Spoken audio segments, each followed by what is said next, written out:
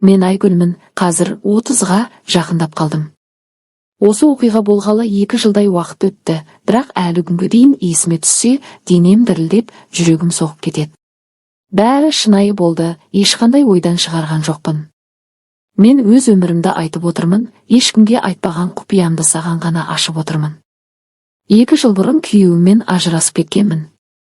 Ол жақсы адам еді, бірақ төсекте мүлдем әлсіз болатын.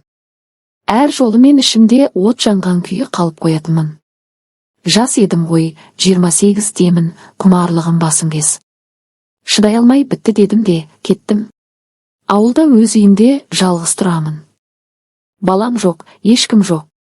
Қайнағам Нұрлан үйдің қасында тұрады.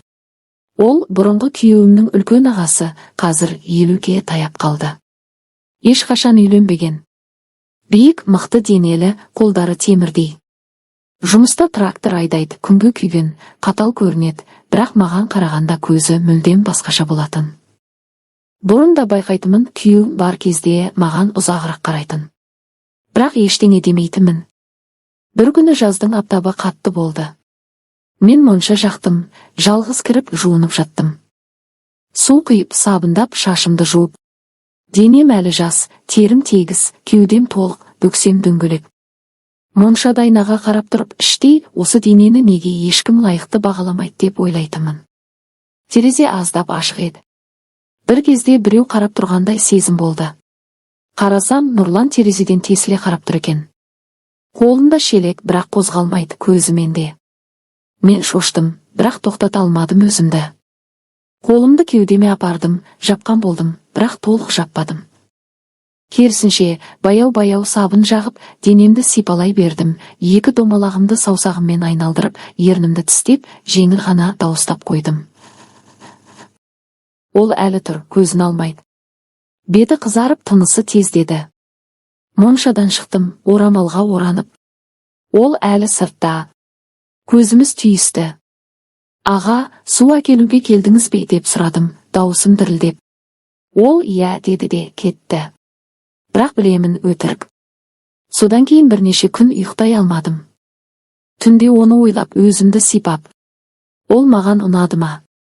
Жоқ, ол қайнағам ғой, 20 жас үлкен. Бірақ денем оны қалап тұрды. Бір күні аулада жалғыз қалдық. Ол жақындап келіп, Айгүл, мен саған бұрыннан көңілімде жүргенмін.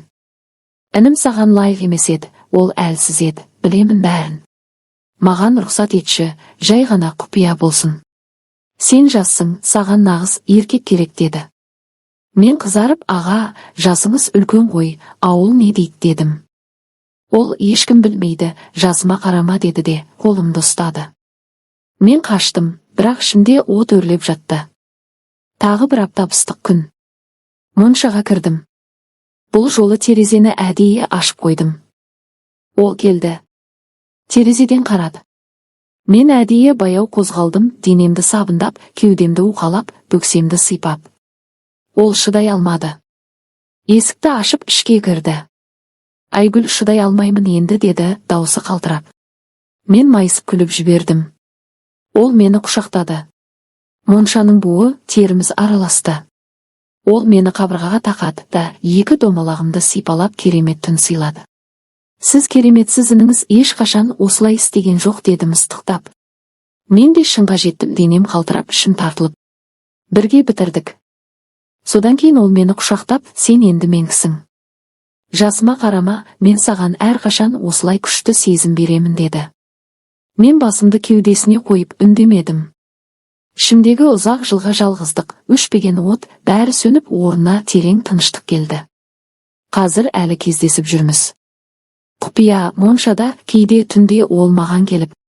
Ол маған нағыз еркек екенін әр жолы дәлелдейді. Жасы үлкен, бірақ мен үшін ол патша. Мен оған үйреніп қалдым. Басқа ер ойыма да кірмейді. Осы менің шынайы өмірім. Ешкім білмейді. Қазір осыны айтып отырғанымның өзі қиын, бірақ ішімдегіні біреуге шығармасам, жарылып кететін сияқтымын.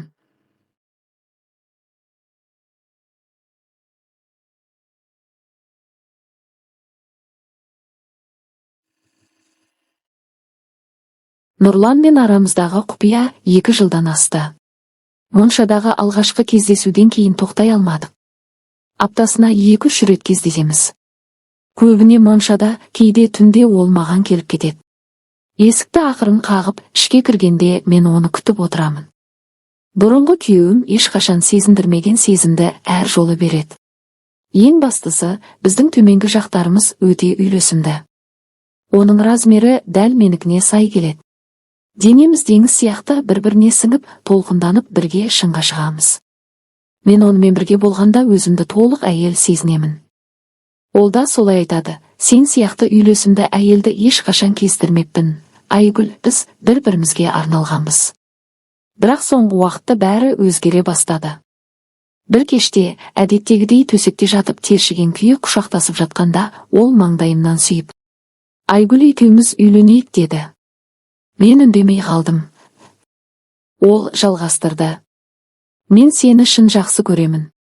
Бұл жай құмарлық емес. Сенсіз өмір сүре алмаймын. Ресми түрде некелесейік. Ауыл қайтамыз, бәрі түсінеді. Немесе қалаға көшейік, жаңадан бастайық. Мен басымды кеудесіне қойып: аға, ойланып көрейін дедім. Ішімде дауыл тұрды. Ойланып жүрмін әлі. Жұрт білсе не болады? Ол менің қайнағам. Бұрынғы күйеуімнің ағасы. Ауылдың бәрі сөз қылады. Арсыз келіншек қайнағасына шапты деп. Балаларым болмаса да абыройым ше? Әке-шешем тірі болса не дер еді? Туыстар, көршілер бәрі бетіме түкіреді ғой. Содан кейін бір күн айттым оған: аға, одан да құпия кездесе берейік. Осылай жақсы ғой. Ешкім білмейді, бақыттымыз. Ол үндемеді ұзақ. Содан кейін көзін төмен салып: Айгүл, мен саған шынымды айтайын. Мен сені жай ғана құмарлық үшін емес, шынымен жақсы көремін. Сен менің өмірімнің мәні болдың. Егер сен үйленгің келмесе, онда мен не істеймін деді. Дауысы дірілдеді. Оның көзінде шынымен махаббат бар сияқты. Жай құмарлық емес. Ол маған гүл әкеледі, тамақ пісіреді, қамқорлық жасайды. Түнде құшақтап ұйықтағанда сені ешкімге бермеймін деп сыбырлайды. Қазір ойым қос бөлініп тұр. Бір жағынан қорқамын. Үйленсек ауылдың сөзі, туыстардың қарсылығы, өмір бойы күнәлі деген атпен жүру. Екінші жағынан оны жоғалтқым келмейді. Олсыз қалай өмір сүремін? Оның қолдары, дауысы, махаббаты. Бәрі маған керек болып қалды. Жасы үлкен болса да, ол маған әкемдей емес, нағыз сүйіктідей. Мен оған үйреніп, тәуелді болып қалдым. Не істесем болады? Кейде ойлаймын, құпия жалғастырайық. Осылай бақыттымыз ғой. Бірақ ол шыдап тұра ма? Ол шынымен үйленгісі келеді сияқты. Еркек қой, абыройы бар, жалғыз жүргеніне 50-ге таяп қалды. Мені ресми әйел етіп алғысы келеді. Кейде ойлаймын, бәріне көніп үйленейік. Қалаға көшейік, жаңа өмір бастайық. Бірақ жүрегім қысылады. Сен не дер едің? Мен не істесем дұрыс болады? Шынымен ол мені жақсы көреме, әлде жасы келген соң көңіл көтеретін әйел іздеп жүрме? Ақыл кеңес айта кетіңіздерші.